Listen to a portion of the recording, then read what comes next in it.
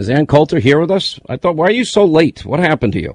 I was originally going to be in studio about 10 minutes from now, I believe. And I was waiting for it. What was originally a few minutes later. I was listening to Peter Thiel's amazing speech. Yeah, that was an amazing speech earlier today. Listen, got to watch that. I was tweeting it out today, and it's really good, and it's really important. I mean, it's a strange thing what's going on. Sean, whatever happens in this election, and I do still think Trump is going to win, the media has got to be held accountable. This is no, we'll play nice. No, they have really exposed themselves. They're like hitmen. They've been exposed. The rest of the mob go into the witness protection program, and after 20 years decide to use their own names, run for Congress or something. No, okay, that's what the media has done this year. They're using their own name this year, and we've seen who they really are. It's unbelievable, the hysteria. And when you look at somebody like Donald Trump, there's nothing frightening about him to an independent, to a Democrat, even to a liberal, even to a Bernie Sanders supporter. He's not having religious ecstasies on stage. Yeah, he's pro-life, but he praises the other things Planned Parenthood does. Bernie Sanders agrees with him on Trans-Pacific Partnership, which is absolutely going through if Hillary is elected with the connivance of Paul Ryan. And Bernie Sanders used to agree with him on open borders. Who does that hurt? It hurts the American working class. Just last year, Bernie Sanders sneered at open borders, saying, yeah, that's a Koch brothers idea. This is, the new two parties are not Republican against Democrat. It is the party of the American people against the ruling class, the uniparty, the Democrats and the Republicans, who are against all of us. Let me ask you this question. I keep going through polls. I keep going through numbers. I keep scouring the electoral map. Don't waste your time. We'll know when we know.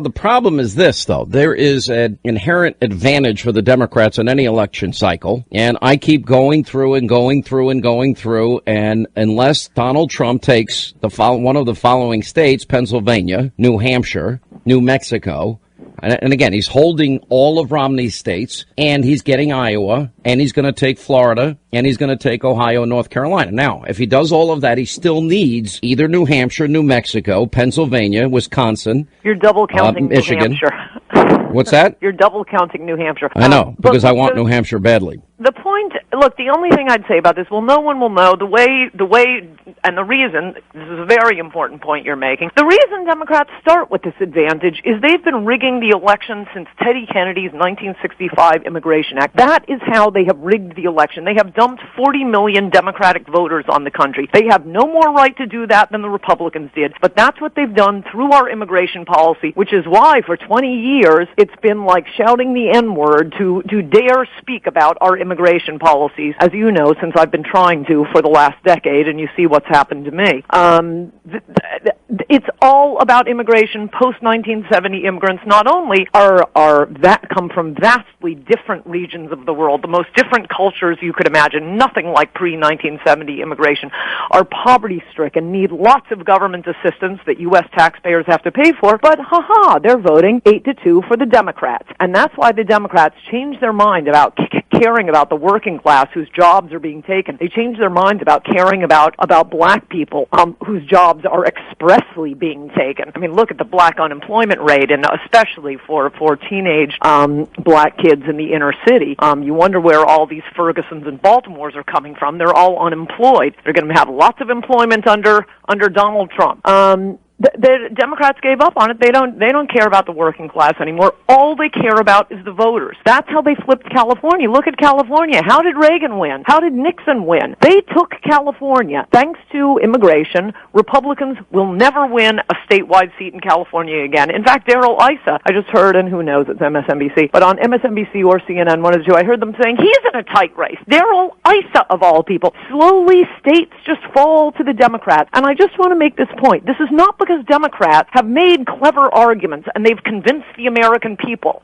They've gotten people to switch their votes. I'm no longer a Republican, now I'm a Democrat. That has not happened. If anything, you have more American Democrats becoming Republicans. The Democrats brought in new voters, and that's what this election is about. We're going to find out, as I say at the end of Chapter 1 of In Trump We Trust, I just want to know, is it already over? Because I want to stop wasting my time caring about politics. If Democrats have successfully changed the country so much that no Republican can win. We're going to find out this year, and at least we'll know. You say this is it. This is the litmus test. Either Donald Trump wins or it's over. A Republican will never be president again. Oh, absolutely. I mean, I thought that, as you know, I was deeply depressed the night Mitt Romney lost. I thought, wow, this is it. Teddy Kennedy won. I think I wrote a column saying that.